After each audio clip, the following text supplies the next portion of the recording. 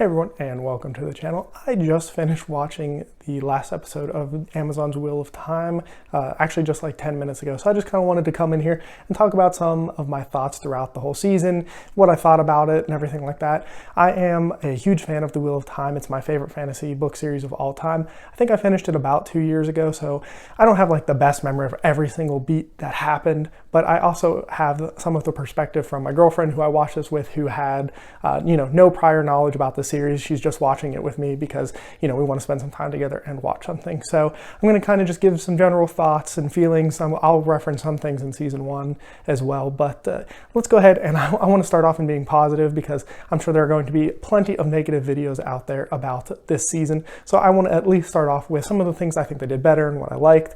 And I think the first thing we have to talk about is that the effects this season were significantly better than season 1. It's not even just in the big scale things, the large action scenes, all of that, but even like the little stuff. Like I mentioned this when I did my first 3 episode reaction review, whatever you want to call it, and just the weaves having color and just little things like that, I think really improved just the visual aspect of the show. We didn't get to see as many Trollocs or anything like that this season. We did see some fades, but I think just in general, everything looked better. I think season 1, obviously it's the first season of the show. They didn't really know, probably didn't have everything nailed down exactly. And then obviously everything that happened during filming there, between cast leaving and probably all the shutdowns they had to deal with, and probably a deadline that they had to work with to get this done under, crazy circumstances, something unprecedented that, all of us had to live through and deal with. So trying to put out a big budget show during that, I think the effects have come a long, long way without some of those restrictions coming along. I also think that just in general, that the plot made a little bit more sense. And I think, once again,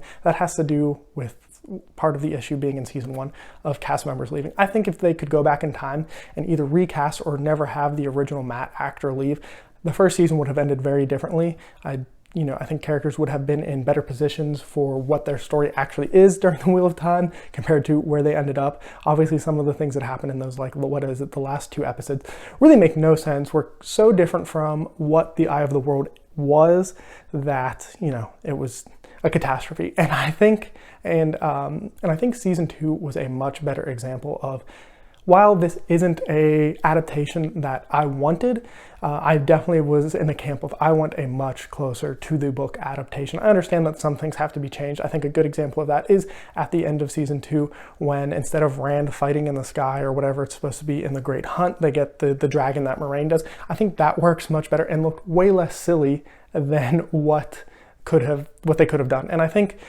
they have an idea of where these characters are supposed to go and what they're supposed to do. They try to get some of the prophecy things in there and just some of those little plot details that I think were drastically missing from season 1.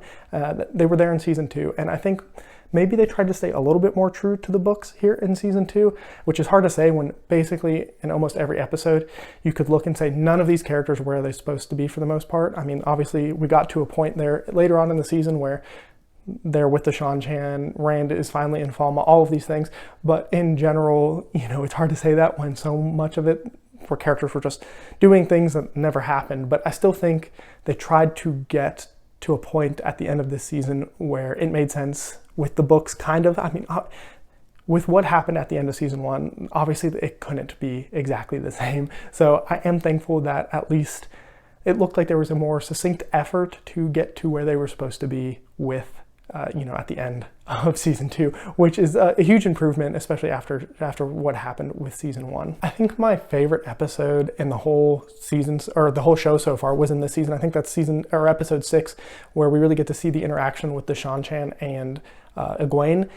The acting and just the horrificness of the Shan-Chan was shown so well done. It really, I don't know, that one episode alone gave me more hope than every single other episode in the entire season, that the showrunners understand at least bits and pieces of the Wheel of Time. I have been pretty negative overall with some of their decisions, changing things, all of that.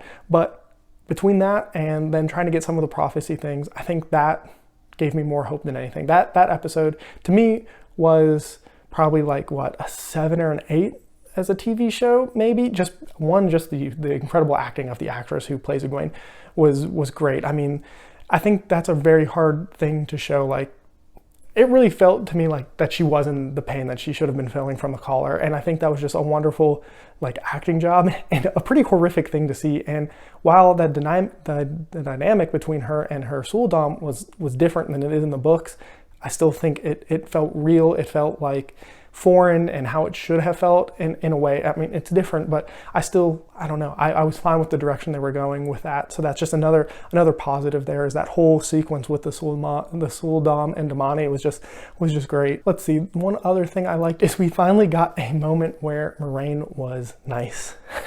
And this is actually something that my girlfriend has said to me multiple times, is why should she like Moran? What has Moran done for her to like her? Other than Moran just saying, I'm right, listen to what I'm saying. You know, there was none of that like purpose, I guess is the best way to put it.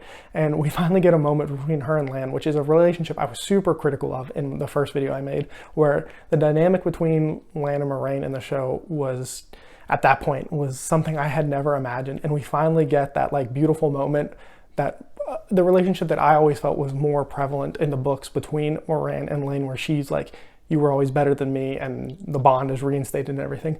That was just such a great moment, I think. And I think it's something that was needed, because the animosity between Lan and Moran was not working for me. And so I was really glad to kind of see them rectify it. So those are just kind of my rambly, off the top of my head, things that I think this season did significantly better. I think if I had to rate this season, I think I would give this one like a 6.5 maybe out of 10. I think that's probably where I'd be. I think when I was originally talking about season 1 with my friends, that one was like at a 3 out of 10. So I definitely think the season was a huge improvement. So at least we have that going forward. I don't want to say that I am excited for season 3, but I will say I'm curious. They have at least gotten me to the point where I am curious on where they're going to go, how they're going to weave this wheel. And I guess that's as much as a positive as I can really say, that I'm not going to abandon the show after 2 seasons. If this season had been horrific, just like season 1 was, there's no way I would continue watching. And, you know, I have better things that I could do with my time than waste an hour a week watching a super bad TV show. But at least so far from season 2, they've at least got me for the first 3 episodes they released for season 3. I just want, I guess, I don't even know if it's greenlit for season 3. I guess I'm hoping at this point that they get to at least get through 3 seasons. So I guess that's the biggest positive I can say. Now let's switch gears, and I do want to talk about some of the negatives. And the first negative I'm actually going to take from my girlfriend, and her biggest problem with the show was she felt like she had no idea what was going on a lot of the time. And not in the fact that she was lost, but it seemed like some of those deeper lore details just weren't clearly enough explained, or just kind of glossed over to the point where it was really easy to miss and not like fully digest.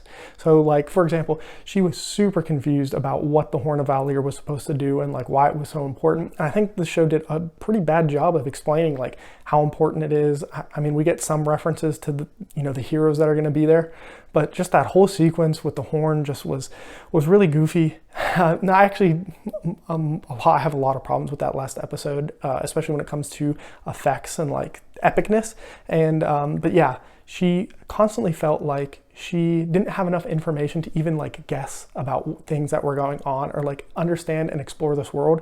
And I think that if I wasn't able to explain things to her, she would have been even more lost. I think that the fact that I have read the books, I was able to, give her more information, and, she just wanted more. And it's funny to say this, but I think this show could have used some like expedition dumps, and they would have had settings where it would have made sense to do that. Like when they were in the White Tower, it would have made sense to like explain things a little bit more.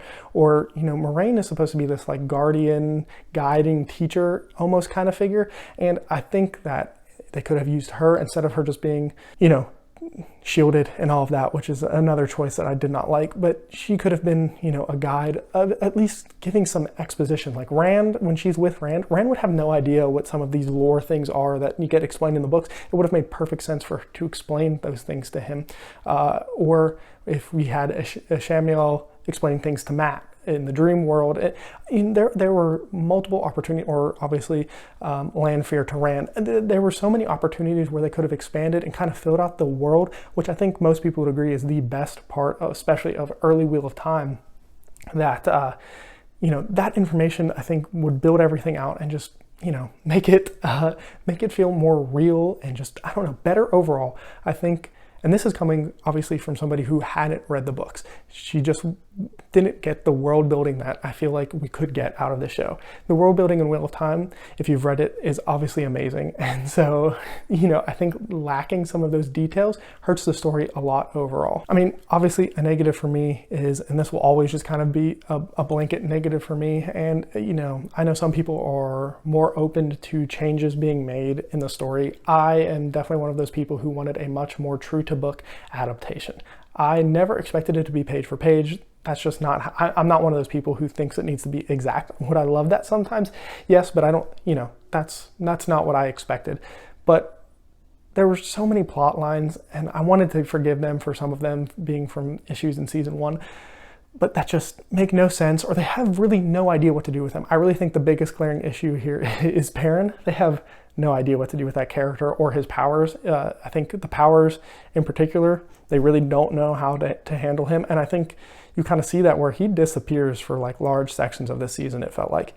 And, he's obviously an important character. And I think the fact that he gets kind of pushed to the side so much is part because they don't know what to do with him. And I think that's unfortunate because, I think especially early on in Wheel of Time, he was my favorite character, especially at this point. I think he definitely was. Obviously, we have all of the issues with Matt's storyline, and, I'm curious on how they plan to do some of that. It looked to me that maybe they're going to try to say that the Horn is maybe going to take on some of the things that were supposed to happen when he's healed. That's kind of an idea that I have. There's just so much that's missing that I would have liked to have seen. We still haven't seen, the twins, all of that. We haven't seen any of that. So I don't know what's going to happen with some of the White Tower stuff. And, like I said earlier, it's like I'm curious enough to continue watching, but it's still a negative that, and this is what I titled my earlier video was, this isn't inspired by series. I think calling this an adaptation is a gross, overestimation of what this series is. I think if you read the books to then go watch the show, you're going to be drastically disappointed. And if you watch the show and really enjoy it and go to read the books, I think you will also be, well, I don't think you'll be disappointed because I think the books are totally worth reading. But I do think that you will be confused as to why the show was made the way that it was. And, that is choices. And I think that will always be the biggest negative for me overall. And the one last thing I think I want to make my negative is I think the series is just lacking in the epicness that the Wheel of Time has. And I think nothing shows it more than the battle that is happening at the end of episode 8. I think watching that episode, it just felt small. It didn't feel epic. And from the fireballs that the Mani are shooting off the tower, okay, it was fine, I guess. The actual battle that Egwene is having with Shamuel, I mean, the little rocket things he's shooting, I know we literally just watched Rand kill like 12 people with it. I understand that. And so I guess maybe I'm supposed to equate like, oh, this is very dangerous. Look at that they're having this big fight. But it was happening in such a small area that, I don't know, he's like, they literally looked like little fireworks that like kids set off, the little noisemaker ones that go, phew. That's basically the sound effect that they used, and basically the look that they used. And so there's just something about it not feeling epic enough. And I mean, even Moraine destroying the boats wasn't, I don't know, I mean, I guess that was the most epic part of it, along with the dragon that she makes. But just in general, it feels lacking. The world still feels small, even though they're hopping from location to location. And I know that at this point in the series, none of them are supposed to be like otherworldly powerful. They haven't, reached the heights that they are able to reach in later parts of the series. But I don't know, it just felt like that battle, the choreographing, everything about it was just awkward and strange, and just kind of how everybody showed up at the top of that tower. I think it was a weak way to end the season. I think it was a weak way. I feel like that's the kind of battle that could have been epic and really showed, craftiness of the power, just all kinds of things. I don't know. It just the lack of the epicness that I expect out of this epic fantasy series is probably the biggest negative I have after this season. But like I said, overall, This was a significantly better season. Will I say I'm happy about it? I don't think so. Like I said, it is definitely better. I want to see season 3, I think, at this point. Am I glad that this was made at all? I think if I could go back in time, I would say no. I wouldn't want this adaptation. I would have wanted it made somewhere else by someone else differently.